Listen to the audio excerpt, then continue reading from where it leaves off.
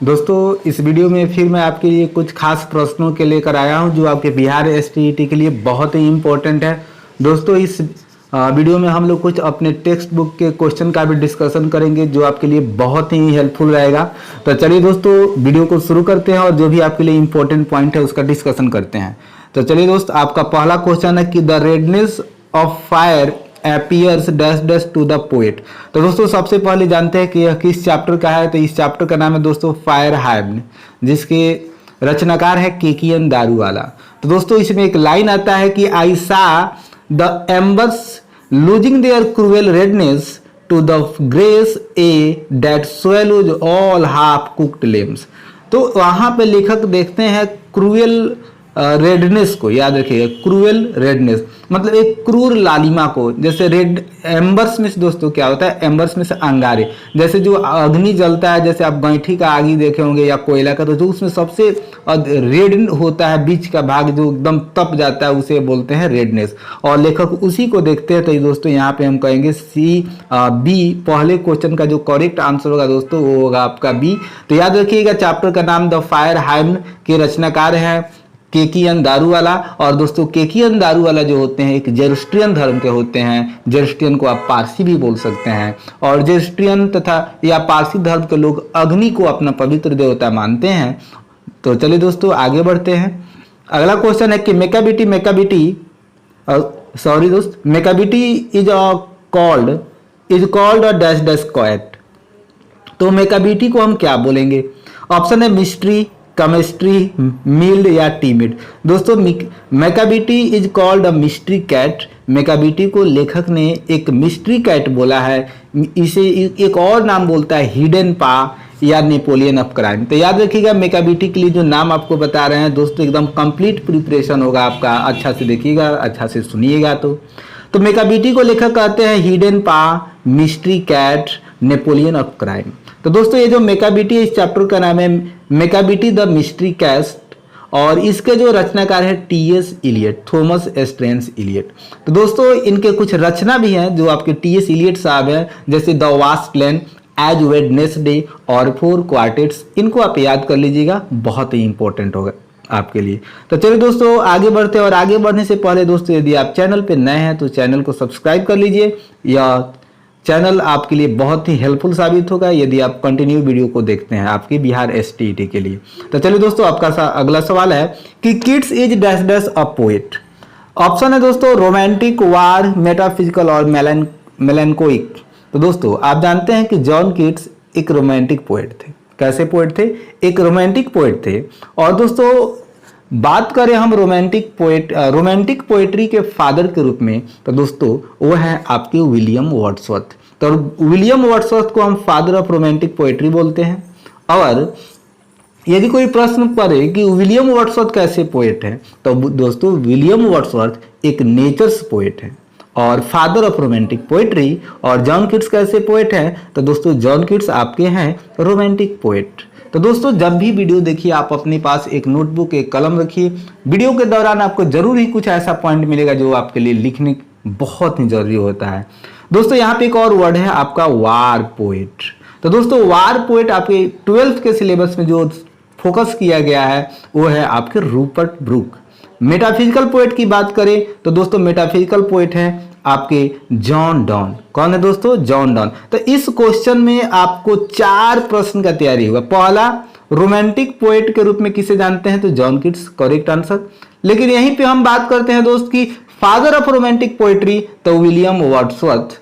फिर बात करते हैं कि विलियम वर्ड्सवर्थ कैसे पोएट हैं, तो दोस्तों वो आपके नेचर्स पोएट हैं। और बात करते हैं वार पोएट की, तो वार पोएट है आपके रूपर्ट ब्रूक। और फिर बात करते हैं मेटाफिजिकल पोएट का, तो है आपके जॉन डॉन। तो चलिए दोस्तों आगे बढ़ते हैं और आगे के कुछ क्वेश्चंस को लेते हैं। अगला क्वेश्चन है कि Sibe was a dash dash years old Japanese boy. तो यहाँ पे याद रखिएगा जो सीबे नाम का लड़का था वो जापानी बॉय था। अब दोस्तों ये जो सीबे है आपका 4 नंबर सवाल है, तो इसको किस चैप्टर से लिया गया है? तो आपका जवाब होगा द आर्टिस्ट, सीगा नोवेया। तो उसमें एक टैलेंटेड लड़का होता है जापानी, उसमें एक्सप्लेन किया गया है और बताया गया है कि कैसे जो आपका एडल्ट वर्ल्ड है वह किसी भी टैलेंट को बर्बाद कर देता है, डैमेज कर देता है। तो वो उसकी उम्र पूछी जा रही है, तो दोस्तों वह उसका उम्र होता है 12 ईयर्स। कितना होता है? और 12 ईयर ओल्ड जापानीज बॉय होता है। और दोस्तों याद रखिएगा, फिर भी यह प्राइमरी स्कूल में पढ़ता है, प्राइमरी स्कूल में पढ़ता है और 12 ईयर का है। तो आगे बढ़ते हैं दोस्त। अगला सवाल है आपका कि the poetess found large number of dash dash in her house, books, pens, pencils और शार्पनर्स। तो दोस्तों यदि आप सिलेबस नहीं पढ़े होंगे तो आपको क्वेश्चन कुछ समझ में नहीं आएगा कि कहाँ से पूछा गया है। कुछ ऐसे क्वेश्चन आएंगे, जैसे इस क्वेश्चन की हम बात करें तो आपका एक पोएम है 12th क्लास की, माई ग्रैंड मदर हाउस, कमला दास की। तो लेखक की जब दादी मर जाती है तो कहती है कि मैं उस समय इतनी छोटी थी ना कि जब मेरी दादी मरी तो लाइन थोड़ा हम आपको बोल देते हैं, बहुत ही अच्छा लाइन है। जैसे the house withdrew into silence, a snake moved among the books, then I was too young to read books. मतलब जब दादी मरी तो पूरा घर जो था ना सन्नाटा में बदल गया और सांप घूमते थे किताबों के बीच। तो किसके बीच दोस्तों? किताबों के बीच। तो वहां पे लेखिका पाती है बहुत ज्यादा संख्या में किताबों को। तो 5 नंबर का जो करेक्ट आंसर होगा दोस्तों आपका होगा ए। अगला है कि the earth is a dash dash, drama, poetry, story और एसे। तो दोस्तों सबसे पहले तो आपको समझना होगा कि द अर्थ क्या है। तो जो आपका द अर्थ है, तो द अर्थ जो होता है ये दिखाता है कि how the adult causes damage to such talent. तो द अर्थ दोस्तों जो है आपका वो है स्टोरी है।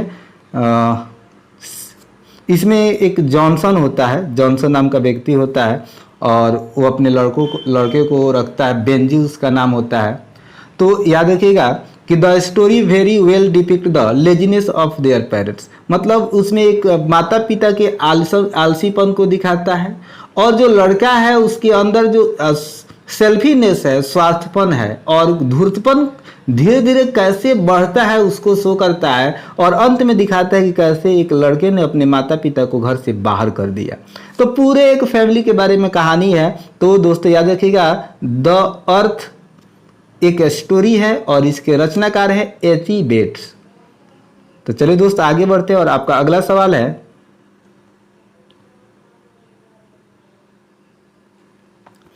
Sibe liked gods which were dash dash in shape. दोस्तों अभी हम बात किए थे सीबे की। तो सीबे का जो कहानी है दोस्तों ये है आपका द आर्टिस्ट, और द आर्टिस्ट के रचनाकार है सिगा नोवेया। सीबे जो होता है दोस्तों वह 12 साल का लड़का होता है और प्राइमरी स्कूल में पढ़ता है। उसकी एक आदत है, क्या है आदत? गॉड्स को इकट्ठा करना। अब दोस्तों यहाँ पे प्रश्न पूछा गया है कि वह किस प्रकार का गॉड्स पसंद करता था, सिमेट्रिकल, राउंड, स्क्वायर या क्लिंड्रिकल। तो दोस्तों याद रखिएगा वो पसंद करता है इवन एंड सिमेट्रिकल, एकदम राउंड, गोल, मुलायम, बिल्कुल। तो सिमेट्रिकल वहां पे बुक में शब्द दिया है, तो आपका 7 का करेक्ट आंसर होगा ए। 8 नंबर सवाल उसी पे आधारित है। सीबे जो हॉबी, सीबे की जो शौक थी क्या था? गॉड्स को एकत्रित करना था। तो उम्मीद है दोस्त को आपके लिए वीडियो बहुत ही हेल्पफुल होगा और आप अच्छा से इसका आनंद ले पा रहे होंगे। चलिए अगला क्वेश्चन देखते हैं और आपका अगला क्वेश्चन है कि दे wants us dash dash for her. दोस्तों ये आपका इन्फिनेटिव का सवाल है। तो यहाँ पे आपको एक वर्ड दिखाई दे रहा है, कीवर्ड मेन वर्ब के रूप में आया है वांट, और टू वेट फॉर अस। तो यहाँ पे करेक्ट जो आंसर होगा वो होगा आपका 2 + वर्ब 1 इन्फिनेटिव। अब ये कैसे होगा ये समझना ज़्यादा जरूरी है। जैसे कुछ वर्ड होते हैं, जैसे आपका वांट हो गया, क्या हो गया दोस्तों? वांट हो गया। फिर आपका एडवाइस हो गया, want, advise, allow, compel, expel, permit, request, accept, expect. तो इसके बाद दोस्तों एक आएगा आपका ऑब्जेक्ट, और जो वर्ड बोले हैं उसके बाद आएगा दोस्तों एक ऑब्जेक्ट, और ऑब्जेक्ट के बाद आएगा आपका 2 + वर्ब 1 अर्थात इन्फिनेटिव। जैसे आपके जो वर्ड हैं want, advise, allow, invite, permit, request, forbid, इसके बाद ऑब्जेक्ट आएगा और तब आएगा इन्फिनेटिव। इन्फिनेटिव कहने से आशय है 2 + वर्ब 1। तो इसका करेक्ट आंसर बी होगा। अगला क्वेश्चन है कि I dash dash billiards every Monday evening. तो दोस्तों एवरी मंडे इवनिंग मतलब प्रत्येक मंडे को शाम में। तो यदि आप प्रत्येक की बात करें, प्रत्येक संडे को, प्रत्येक वर्ष, प्रत्येक दिवाली, तो यह आपकी एक योजना की बात है, एक रूटीन की बात है, हैबिट्स की बात है। और इन सारे वाक्यों का बोध कराने के लिए हम प्रेजेंट इंडेफिनिट टेंस का प्रयोग करते हैं। तो दोस्तों 10 का करेक्ट आंसर होगा बी। तो आगे बढ़ते हैं और आगे आपका 11 नंबर सवाल है, बहुत ही इंपॉर्टेंट है। The bouquet of flowers dash dash faded, मतलब यहाँ पे आपको वर्ब चुनना है। हिंदी समझ में आता है या नहीं आता उससे मतलब नहीं है। दोस्तों याद रखिएगा, यदि आपको द दिखाई दे और नाउन दिखाई दे, ऑफ दिखाई दे, उसके बाद और फिर नाउन दिखाई दे, तो इस ऑफ के पहले वाले नाउन के अनुसार आप वर्ब का प्रयोग कीजिएगा, याद रखिएगा। जैसे द हो नाउन, जैसे नाउन ऑफ, फिर से थोड़ा सा फ्रेश लिख लीजिए दोस्तों, जैसे नाउन हो और उसके बाद क्या हो, ऑफ हो, और फिर उसके बाद क्या हो, नाउन हो, और उसके बाद आपके लिए वर्ब का खाली स्थान हो। तो इस अंत वाले नाउन के अनुसार नहीं, बल्कि पहले नाउन के अनुसार यहाँ पे आपका वर्ब आएगा। तो उम्मीद है कि आपको समझ में आ रहा होगा। इसका करेक्ट आंसर आपका हैज होगा। और कलेक्टिव नाउन दोस्तों हमेशा ही सिंगुलर वर्ब लेते हैं, ये तो आप जानते होंगे। 12 नंबर सवाल है कि बी, दोस्तों यहाँ पे बी वेयर होगा, BWARE, WARE, beware dash dash mad dogs, पागल कुत्तों से सावधान रहिए। तो बी अवेयर के बाद, बी वेयर के बाद हमेशा ही ऑफ आता है, beware of mad dogs. तो चलिए दोस्तों आगे बढ़ते हैं। दोस्तों यदि वीडियो अच्छा लग रहा है तो लाइक जरूर कीजिए। आपके एक लाइक और एक कमेंट से ही हमारा उत्साह दोगुना होता है और मैं आपके लिए दूसरी वीडियो लाने के लिए तत्पर हो पाता हूँ। They left dash dash Mumbai this morning, दोस्तों लिव का V2 है लेफ्ट, लिव फॉर्म में होता है कहीं के लिए निकलना या कहीं के लिए प्रस्थान करना। तो यहाँ पे करेक्ट आंसर हो जाएगा आपका ए। अगला सवाल है कि the price of mangoes dash dash gone up, दोस्तों जो आपके आमों का कीमत है वो क्या है, बढ़ गया है। तो जो बढ़ गया है तो अभी हम लोग चर्चा किए हैं, जैसे यहाँ पे प्राइस, कीमत और मैंगोज दोनों नाउन है और ऑफ है, तो यहाँ पे तो पहले के अनुसार आएगा। तो यहाँ पे वर्ब 3 है, तो यहाँ पे हैज कंफर्म है। लेकिन एक चीज़ और आपको बताते हैं दोस्तों, यहाँ पे आपको OF ऑफ दिखाई दे रहा है और ऑफ एक प्रेपोजिशन है, और प्रेपोजिशन के बाद दोस्तों सिर्फ नाउन आता है, और वो जो नाउन होता है वो ऑब्जेक्ट का काम करता है। यदि कोई पूछे आपसे कि दोस्त ऑब्जेक्ट किसी वाक्य में कहाँ कहाँ आ सकता है, तो वह ट्रांजिटिव वर्ब के बाद आता है और प्रेपोजिशन के बाद आता है। और दोस्तों किसी वाक्य में जो वर्ब का प्रयोग किया जाता है वो ऑब्जेक्ट के अनुसार प्रयोग नहीं किया जाता है, उसका तो प्रयोग सब्जेक्ट के अनुसार किया जाता है। इसीलिए यहाँ पे मैंगोज हो, या यहाँ पे आपको दिखाई दे रहा था बुकेट दिखाई दे रहा था, फ्लावर्स दिखाई दे रहा था, तो कोई मतलब नहीं है। प्रीपोजिशन के बाद जो आता है दोस्तों ऑब्जेक्ट होता है, और ऑब्जेक्ट के अनुसार वर्ब नहीं होता है, सब्जेक्ट के अनुसार वर्ब का प्रयोग किया जाता है। तो यहाँ पे आप समझ गए होंगे कि 14 का जो करेक्ट आंसर होगा वो आपका सी। तो चलिए दोस्तों आगे बढ़ते हैं और 15 नंबर सवाल को देखते हैं। 15 नंबर सवाल है कि I dash dash my wallet, यहाँ पे दोस्तों टी होगा, वॉलेट मीन्स बटुआ, WALLET, बटुआ या पर्स, बैग। तो यहाँ देखिए यहाँ भी ऑप्शन में थोड़ा सा मिस है, यहाँ पे भी लॉस्ट होगा दोस्त। तो अब आपको देखना है कि विल लॉस्ट क्या कभी हो सकता है, कभी नहीं हो सकता है। विल के बाद वर्ब 4 आएगा, सॉरी वर्ब 1 आएगा, या बी प्लस वर्ब 3 आएगा, या है प्लस वर्ब 3 आएगा। शुड के बाद भी सेम चीज़ है। तो मॉडल के किसी भी मॉडल वर्ब के तुरंत बाद वर्ब 3 नहीं आता है, याद रखना है। लेकिन हैव के बाद वर्ब 3 आता है, हैज हैव हैड के बाद वर्ब 3 आता है। तो करेक्ट आंसर जो होगा 15 का होगा आपका सी, क्योंकि I have lost my wallet सही इसका होगा। अब दोस्तों यहाँ फिर से एक बहुत ही अच्छा सेंटेंस आ गया है कि would you mind dash dash the bill please. तो दोस्तों यहाँ पे एक वर्ड पहले एक आया था जो आपका इन्फिनिटिव ले रहा था, लेकिन आपको किसी वाक्य में क्या मिल जाए, माइंड मिल जाए। क्या मिल जाए, माइंड। तो माइंड एक ऐसा वर्ड है जो अपने बाद हमेशा ही जीरण का लेता है प्रयोग। इसके अलावा कुछ और भी वर्ड है, जैसे आपका एडमिट है, एडमिट है, फॉरगिव है, एक्सक्यूज है, इंजॉय है, एवॉइड है, जिनके बाद हमेशा ही वर्ब 4 का प्रयोग किया जाता है। और ये माइंड अक्सर दोस्तों एग्जाम में आता रहता है, तो इसको याद रखिएगा। दो कॉन्सेप्ट, एक इन्फिनिटिव और एक आपका जो जीरंड वाला है, इसको किसी तरह समझने का प्रयास कीजिएगा।